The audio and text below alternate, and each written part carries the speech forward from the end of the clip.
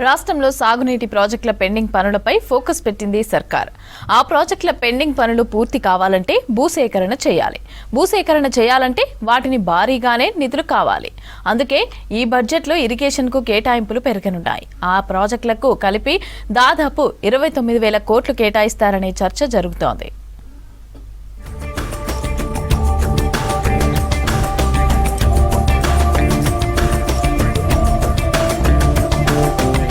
రాష్ట్రంలో ఇరిగేషన్ శాఖకు ఈ ఏడాది బడ్జెట్లో కేటాయింపులు భారీగా పెరిగే అవకాశం ఉంది.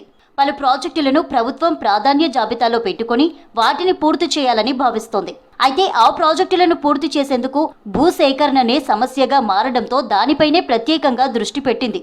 అందులో భాగంగానే ఈ ఏడాది బడ్జెట్ కేటాయింపుల్లో భూసేకరణకు నిధులు కేటాయించే అవకాశాలున్నాయని అధికార వర్గాలు చెబుతున్నాయి.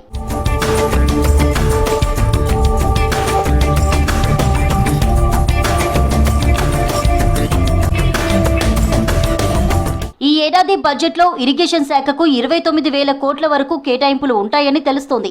ఎప్పట్లాగే అందులో కాళేశ్వరం సహా వివిధ ప్రాజెక్టులకు చెల్లించాల్సిన రుణాల కేటాయింపులకే 12,000 కోట్ల దాకా పోతాయని సమాచారం. మిగతా మొత్తంలో మరో 12,000 కోట్లు ప్రాజెక్టుల పనులు, బిల్లుల చెల్లింపులు, ఇతరత్ర అంశాలకు కేటాయిస్తున్నట్లు తెలిసింది.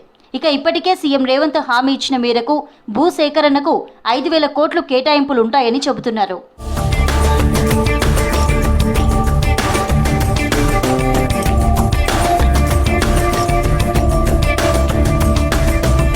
ప్రస్తుతం ప్రభుత్వం ప్రాధాన్య జాబితాలో పలు ప్రాజెక్టులు పెట్టుకుంది. వాటిని వీలైనంత త్వరగా పూర్తి చేసి 5.5 లక్షల ఎకరాలకు నీళ్లివ్వాలని లక్ష్యంగా పెట్టుకుంది. అయితే ఈ ప్రాజెక్టులకైనా 12,000 నుంచి 15,000 ఎకరాల వరకు భూములు, 5,000 కోట్లకు పైగానే నిధులు అవసరమవుతాయని సమాచారం. ఇక ఈ భూసేకరణకు సంబంధించి ప్రాధాన్య జాబితాలో పెట్టుకున్న పాలమూరు రంగారెడ్డి ప్రాజెక్టుకే ఎక్కువ భూములు అవసరం పడుతున్నాయి. ఆ ప్రాజెక్టుకు సంబంధించి డిస్ట్రిబ్యూటరీల నిర్మాణం ఇంకా పూర్తవ్వాల్సి ఉంది. దీంతో మరో 6,000 ఎకరాలు ఆ ప్రాజెక్టుకు అవసరమని అధికారులు చెబుతున్నారు.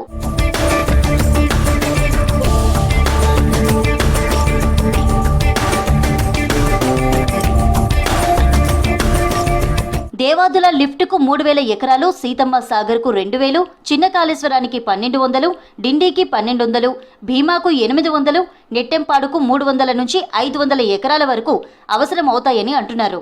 అయితే వీటిలో పాలమూరు రంగారెడ్డి ప్రాజెక్టు, దేవాదుల లిఫ్ట్కు సంబంధించి పలు కోర్టు కేసులు పెండింగ్లో ఉండడంతో భూసేకరణ ఆలస్యమవుతోంది.